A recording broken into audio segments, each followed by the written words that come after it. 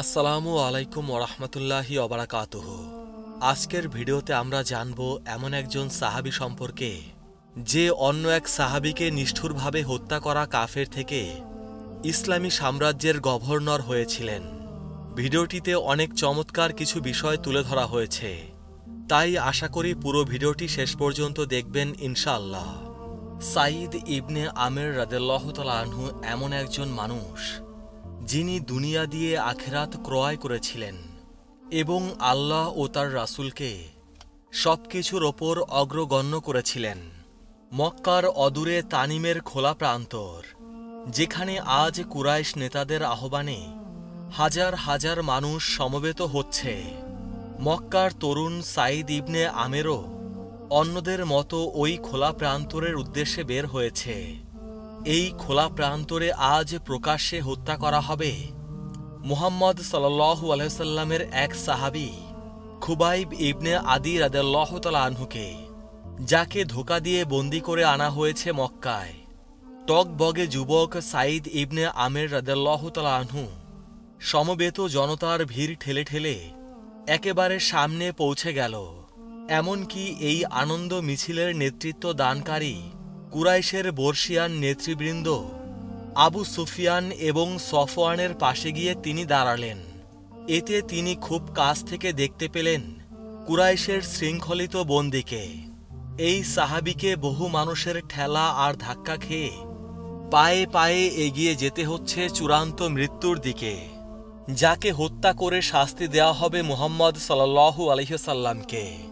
এই সাহাবীকে হত্যার মাধ্যমে বদর যুদ্ধে নিহত আত্মীয়দের কিছুটা প্রতিশোধ নেওয়া যাবে বলে তারা মনে করল। জনতার এই বিশাল ভিড়কে ঠেলে বন্দীকে যখন সামনে নিয়ে এসে দাঁড় করানো হলো, তখন সাঈদ ইবনে আমের রাদিয়াল্লাহু তাআলা আনহু গভীরভাবে পর্যবেক্ষণ করতে থাকলেন ওই সাহাবীকে। তাকে নেওয়া হচ্ছিল শুল মঞ্চের দিকে। নারী, পুরুষ ও শিশুর উৎকট চেঁচামেচির মধ্যেও তিনি খুবাইব রাদিয়াল্লাহু তাআলা আনহুয়ের কণ্ঠ স্পষ্ট শুনতে পেলেন। খুবাইব রাদিয়াল্লাহু তাআলা আনহু বলছেন, তোমরা যদি হত্যার পূর্বে আমাকে দুরাকাত নামাজের সুযোগ দিতে চাও তাহলে দাও। এরপর খুবাইব রাদিয়াল্লাহু তাআলা আনহুকে দেখলেন কাবার দিকে ফিরে দাঁড়াতে, দুরাকাত নামাজ পড়তে।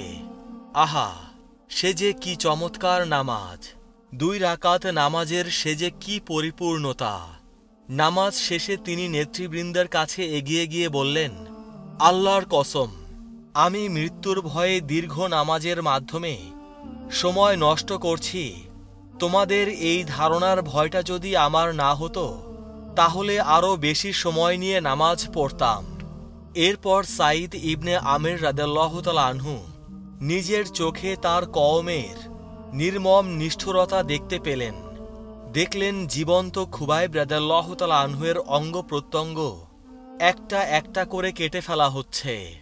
এরই মধ্যে খুবাইব রাদিয়াল্লাহু তাআলা আনহুকে কুরাইশ নেতারা জিজ্ঞেস করল, তুমি কি নিজের শাস্তি মুহাম্মদ সাল্লাল্লাহু আলাইহি ওয়াসাল্লামের ওপর চাপিয়ে দিয়ে নিজেকে মুক্ত করতে চাও?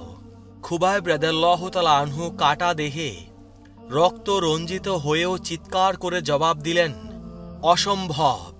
আমার শাস্তি আমার প্রাণের চেয়ে প্রিয় নবী করিম সাল্লাল্লাহু আলাইহি ওয়াসাল্লামের ওপর চাপিয়ে দিয়ে নিজেকে মুক্ত করার তো প্রশ্নই ওঠে না। প্রিয় নবী সাল্লাল্লাহু আলাইহি ওয়াসাল্লামের শরীরে একটু কাটার আঁচড় লাগাতে চাইলেও আমি আমার নিজের ও পরিবারের সকলের জীবন দিয়ে হলেও সেটা প্রতিরোধ করব। মৃত্যুর মুখে দাঁড়িয়ে নিজের নবী ও বিশ্বাসের জন্য এত পাগল ও প্রেমিক সুলভ জবাব শুনে কাফেরদের মাথা খারাপ হয়ে গেল। কাফেররা হইচই করে বলতে থাকল, মেরে ফেলো, ওকে হত্যা করে ফেলো।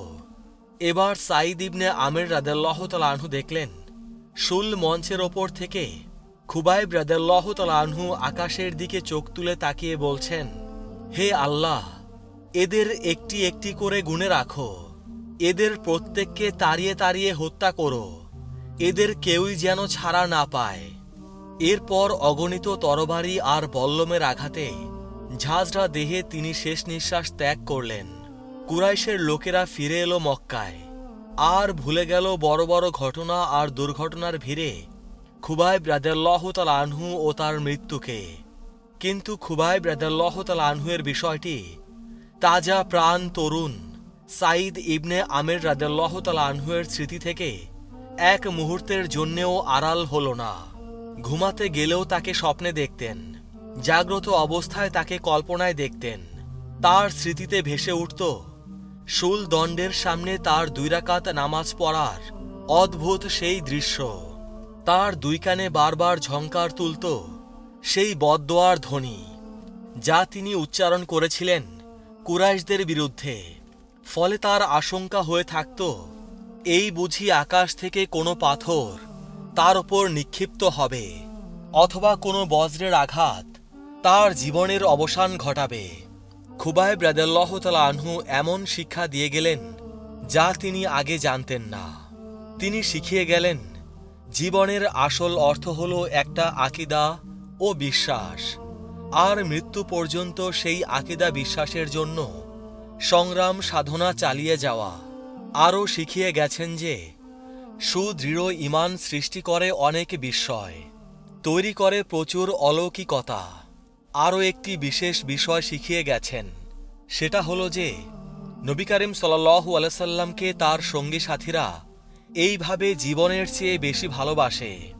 সন্দেহ নেই যে তিনি আসমান থেকে সাহায্যপ্রাপ্ত সত্য নবী। সেই মুহূর্তে আল্লাহ তাআলা সাঈদ ইবনে আমেরের হৃদয়ের বন্ধ দুয়ার ইসলামের জন্য খুলে দিলেন। একদল মানুষের মাঝে তিনি দাঁড়ালেন আর স্পষ্ট ভাষায় কুরাইশের পাপ পঙ্কিলতার সংস্রব ত্যাগের ঘোষণা দিলেন দেব দেবীর পূজা অর্চনা বর্জন করার এবং আল্লাহর দ্বীন ইসলাম কবুল করার। সাঈদ ইবনে আমের রাদিয়াল্লাহু তাআলা আনহু হিজরত করে চলে গেলেন মদিনায়।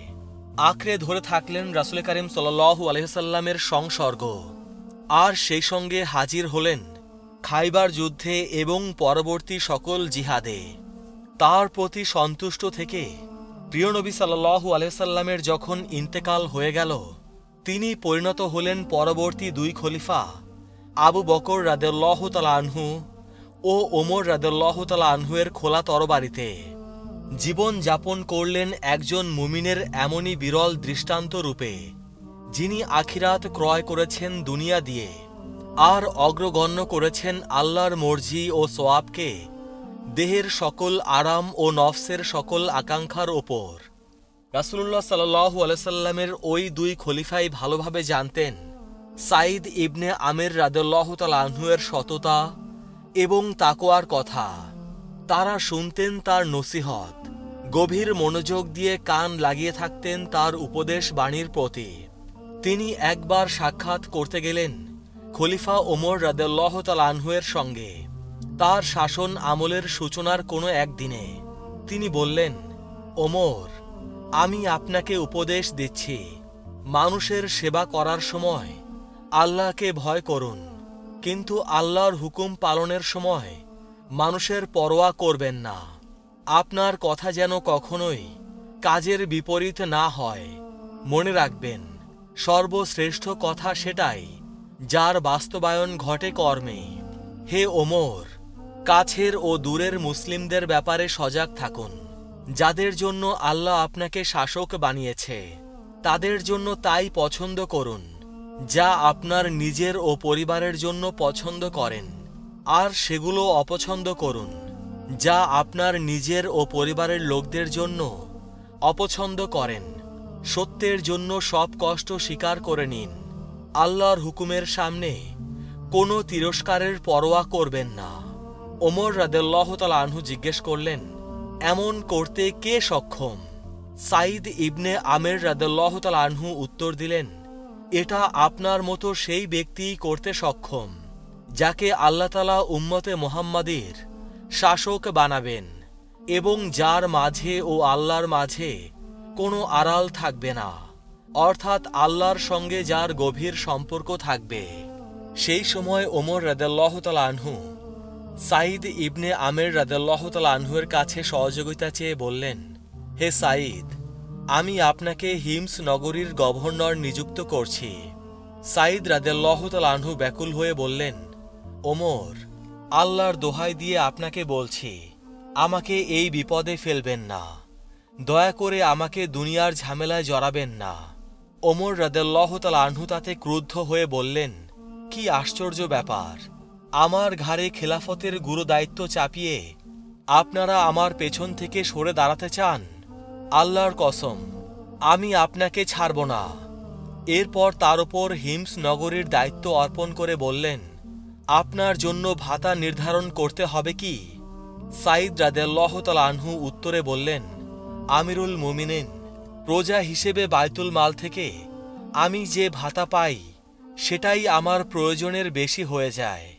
তাহলে গভর্নর হিসেবে পাওনা ভাতা দিয়ে আমি কি করব? এরপর তিনি চলে গেলেন হিমস নগরীতে। এর অল্পকাল পরেই ওমর রাদিয়াল্লাহু তাআলা আনহুর নিকট এলো তার নির্ভরযোগ্য একটি প্রতিনিধি দল। তিনি তাদের নির্দেশ দিলেন, তোমাদের এলাকার দরিদ্র ফকিরদের একটি তালিকা তৈরি করে দাও, যেন তাদের কিছু সাহায্য করতে পারি। নির্দেশ মতো তারা একটি তালিকা পেশ করলেন। দেখা গেল সেখানে রয়েছে অমুক অমুক এবং সাঈদ ইবনে আমেরেরও নাম, অর্থাৎ যিনি বর্তমানে ওই নগরের গভর্নর। ওমর রাদিয়াল্লাহু তাআলা আনহু জিজ্ঞেস করলেন, এই সাঈদ ইবনে আমেরটা আবার কে? তারা উত্তর দিলেন, আমাদের আমির ও গভর্নর। ওমর রাদিয়াল্লাহু তাআলা আনহু বিস্মিত হয়ে আবার জিজ্ঞেস করলেন, তোমাদের আমিরও কি ফকির? প্রতিনিধি দল বললেন, জি, আল্লাহর কসম, দিনের পর দিন পেরিয়ে যায়, তার বাড়িতে চুলা জ্বলে না। এ কথা শুনে ওমর রাদিয়াল্লাহু তাআলা আনহু এত কাঁদলেন যে তার দাড়ি একদম ভিজে গেল। এরপর 1000 দিনার ভরা একটা থলে প্রতিনিধি দলের হাতে দিয়ে বললেন, তোমাদের গভর্নরকে আমার সালাম দিয়ে বলবে, আমিরুল মুমিনিন এই অর্থ আপনার জন্য পাঠিয়েছে, এগুলো দিয়ে আপনার প্রয়োজন মেটাবেন। প্রতিনিধি দল থলেটি নিয়ে সাঈদ ইবনে আমের রাদিয়াল্লাহু তাআলা আনহুর নিকটে এলো। তিনি সেটা দেখেই বুঝতে পারলেন এই থলের মধ্যে অনেক দিনার রয়েছে। সঙ্গে সঙ্গে তিনি বললেন, ইন্না লিল্লাহি ওয়া ইন্না ইলাইহি রাজিউন। এটা বলেই সেই থলেকে দূরে সরাতে থাকলেন, যেন তার ওপর কোনো বিপদ নেমে এসেছে, অথবা তার এই আঙিনায় কোনো ভয়ঙ্কর দুর্ঘটনা ঘটে গেছে। তার স্ত্রী ভয়ে ছুটতে ছুটতে এসে জিজ্ঞেস করলেন, স্বামী, কি ব্যাপার? আমিরুল মুমিনিন হযরত ওমর রাদিয়াল্লাহু তাআলা আনহু কি ইন্তেকাল করেছেন? সাঈদ রাদিয়াল্লাহু তাআলা আনহু বললেন, যা ঘটেছে সেটা তার চেয়েও বেদনাদায়ক। সাঈদ রাদিয়াল্লাহু তাআলা আনহুর স্ত্রী জিজ্ঞেস করলেন, তাহলে কি মুসলিম বাহিনী কোনো জিহাদে হেরে গেছে? সাঈদ রাদিয়াল্লাহু তাআলা আনহু উত্তর দিলেন, ব্যাপারটি তার চেয়েও অধিক হতাশাজনক। তখন স্ত্রী জিজ্ঞেস করলেন, এগুলোর চেয়েও বেদনাদায়ক হতাশাজনক আর কি হতে পারে? আমার আখিরাত বরবাদ করতে আমার ঘরে দুনিয়ার ফিতনা ঢুকেছে। স্ত্রী বলল, তাহলে সেটা থেকে নিজেকে মুক্ত করে নিন। সাঈদ রাদিয়াল্লাহু তাআলা আনহু বললেন, তুমি কি সেই ব্যাপারে আমাকে সহযোগিতা করবে? স্ত্রী বলল, কেন করব না, অবশ্যই করব। এই কথাবার্তা শেষ হলে তিনি সেই দিনারগুলো ছোট ছোট অনেক থলের মধ্যে ভাগ করে রাখলেন এবং পরে সেগুলো মুসলিম দরিদ্রদের মাঝে পৌঁছানোর ব্যবস্থা করলেন। এরপর খুব বেশি দিন অতিক্রম করেনি, ওমর রাদিয়াল্লাহু তাআলা আনহু সিরিয়াতে এলেন সেখানের সার্বিক খোঁজ খবর নেয়ার জন্য। হিমস নগরীতে যখন যাত্রা বিরতি করলেন, সে সময় এ অঞ্চলটিকে কুফা নামের সঙ্গে মিলিয়ে বলা হতো কুওয়াইফা, মানে ছোট কুফা, কারণ এখানের লোকেরা কুফার লোকদের মতোই বেশি বেশি শাসক ও গভর্নরদের বিরুদ্ধে অভিযোগ করত। লোকেরা হযরত ওমর রাদিয়াল্লাহু তাআলা আনহুকে সালাম জানাতে এবং তার সঙ্গে সাক্ষাৎ করতে সমবেত হল। তিনি এসব মানুষকে কাছে পেয়ে জিজ্ঞেস করলেন, তোমাদের গভর্নর কেমন মানুষ?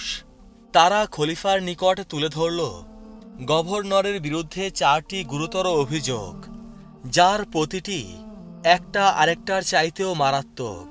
হযরত ওমর রাদিয়াল্লাহু তাআলা আনহু বললেন, আমি বাদী বিবাদী উভয়কেই একত্রিত করলাম, আল্লাহকে ডাকতে থাকলাম, যেন গভর্নরের ব্যাপারে আমার যে সুধারণা সেটা নষ্ট না হয়, কারণ তার প্রতি ছিল আমার গভীর আস্থা ও বিশ্বাস। বাদী বিবাদী ও তাদের গভর্নর যখন আমার কাছে সমবেত হল, তখন আমি অভিযোগকারীদের বললাম, বলো, গভর্নরের বিরুদ্ধে তোমাদের কি অভিযোগ? একজন বাদী বলল, বেলা অনেকটা পার হওয়ার আগে তিনি ঘর থেকে বের হন না, তিনি কেন এমন দেরি করেন? ওমর রাদিয়াল্লাহু তাআলা আনহু তখন বলল, হে সাঈদ, আপনার সম্পর্কে এই অভিযোগের ব্যাপারে আপনার কি বক্তব্য? সাঈদ রাদিয়াল্লাহু তাআলা আনহু কিছু সময় নীরব থাকলেন, তারপর বললেন, আল্লাহর কসম, আমি কথাটি বলতে বিব্রত বোধ করছি, কিন্তু কি করা যাবে? এখন তো না বলে কোনো উপায় নেই। আমার কোনো খাদেম চাকর চাকরানি নেই, ফলে প্রতিদিন সকালে ঘরের জরুরি কাজের দায়িত্ব আমাকেই পালন করতে হয়। আমি আটা গোলাই, আমি খামির বানাই, আমি রুটি তৈরি করি। এসব শেষ হলে ওযু করে তারপর জনগণের খেদমতের জন্য বের হই। কিছুটা বিলম্ব এ কারণেই হয়ে যায়। এরপর হযরত ওমর রাদিয়াল্লাহু তাআলা আনহু বললেন, গভর্নরের বিরুদ্ধে তোমাদের আর কি অভিযোগ? একজন অভিযোগ করল, রাতের বেলা তিনি কারো ডাকেই সাড়া দেন না কেন? এরপর ওমর রাদিয়াল্লাহু তাআলা আনহু বললেন, হে সাঈদ, এই বিষয়ে আপনার জবাব কি? উত্তরে সাঈদ রাদিয়াল্লাহু তাআলা আনহু বললেন, আল্লাহর কসম, এর কারণ প্রকাশ করাটা আমার জন্য খুবই অপ্রীতিকর, কিন্তু বাধ্য হয়ে বলতেই হচ্ছে যে দিন ও রাতকে আমি ভাগ করেছি স্রষ্টা ও সৃষ্টির মাঝে। দিনে ব্যস্ত থাকি সৃষ্টির খেদমতে, আর রাতে মহান স্রষ্টার ইবাদতে। এরপর ওমর রাদিয়াল্লাহু তাআলা আনহু জিজ্ঞেস করলেন, তোমাদের আর কি অভিযোগ আছে তার ব্যাপারে? আরও একজন অভিযোগ করে বলল, মাসে একদিন তিনি বাড়ি থেকেই বের হন না। ওমর রাদিয়াল্লাহু তাআলা আনহু জিজ্ঞেস করলেন, হে সাঈদ, এটা কেন করেন? সাঈদ রাদিয়াল্লাহু তাআলা আনহু উত্তরে বললেন, আমিরুল মুমিনিন, আমার কোনো গোলাম নেই এবং আমার দ্বিতীয় কোনো পোশাকও নেই এটা ছাড়া, যা এখন পরে আছি। মাসে একবার মাত্র এটা ধুয়ে পরিষ্কার করি। ভেজা পোশাক না শুকানো পর্যন্ত অপেক্ষা করা ছাড়া আমার কিছুই করার থাকে না। অবশ্য দিনের শেষে জনগণের উদ্দেশ্যে বের হয়ে যায়। ওমর রাদিয়াল্লাহু তাআলা আনহু বললেন, গভর্নরের বিরুদ্ধে আর কি অভিযোগ তোমাদের? অভিযোগকারীরা বলল, হঠাৎ হঠাৎ তিনি জ্ঞানহারা হয়ে যান, তখন তিনি নিজের মজলিসের ব্যাপারেও বেখবর হয়ে পড়েন। ওমর রাদিয়াল্লাহু তাআলা আনহু জিজ্ঞেস করলেন, হে সাঈদ, এর কারণ কি? সাঈদ রাদিয়াল্লাহু তাআলা আনহু বলেন, মুশরিক অবস্থায় আমি খুবাইব ইবনে আদিকে শুলিতে চড়াতে দেখেছি কুরাইশের লোকেরা জীবিত খুবাইবের শরীরের বিভিন্ন অংশ নিষ্ঠুরতম উপায়ে কেটে কেটে টুকরো টুকরো করেছে, আর তাকে বলেছে, তুমি কি চাও তোমার পরিবর্তে এই শাস্তি মুহাম্মদকে দেওয়া হোক সাল্লাল্লাহু আলাইহি সাল্লাম? উত্তরে অত্যন্ত দৃঢ়তার সঙ্গে তিনি বলেছিলেন, আল্লাহর কসম, এই শাস্তি তো দূরের কথা, আমি আমার নিজের জীবন এবং আমার পরিবারের সকলের জীবন বিসর্জন দিতে রাজি আছি, কিন্তু আমার প্রাণের চেয়ে প্রিয় নবী করিম সাল্লাল্লাহু আলাইহি সাল্লামের পায়ের তলায় একটা ছোট্ট কাঁটা ফুটতে দিতে রাজি নই। সেদিনের সেই ভয়াবহ স্মৃতি যখনই আমার মনে পড়ে এবং তাকে কোনো সাহায্যই না করে আমি নিষ্ক্রিয় থাকার অপরাধবোধ যখনই আমার মধ্যে জাগে, তখনই আমার মনে হয় যে আল্লাহ আমাকে ক্ষমা করবেন না। তখনই আমি জ্ঞান হারিয়ে ফেলি। এইসব অভিযোগ ও জবাব শোনার পর হযরত ওমর রাদিয়াল্লাহু তাআলা আনহু বললেন, সকল প্রশংসা সেই আল্লাহর জন্য যিনি আমার সুধারণাকে মিথ্যা হতে দেননি। পরে খলিফা এক সময় 1000 দিনার তাকে দিলেন প্রয়োজনে কাজে লাগানোর জন্য। তখন তার স্ত্রী এগুলো দেখে বললেন, আল্লাহর জন্যই সকল প্রশংসা, যিনি আমাদের আপনার খেদমত নেওয়ার দায় থেকে মুক্ত করে দিলেন। এবার যান, আমাদের জন্য কিছু খাদ্য সামগ্রী কিনে আনুন আর একটা খাদেম ঠিক করুন।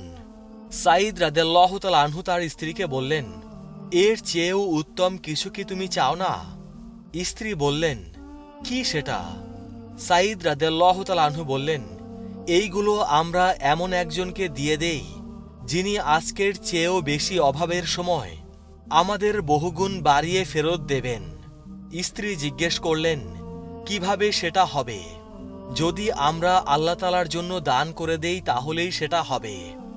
স্ত্রী বললেন, ঠিক আছে, তাহলে তাই করুন, আপনার মঙ্গল হোক। এরপর তিনি সেই 1000 দিনার ভাগ করে বিভিন্ন থলেতে রাখলেন।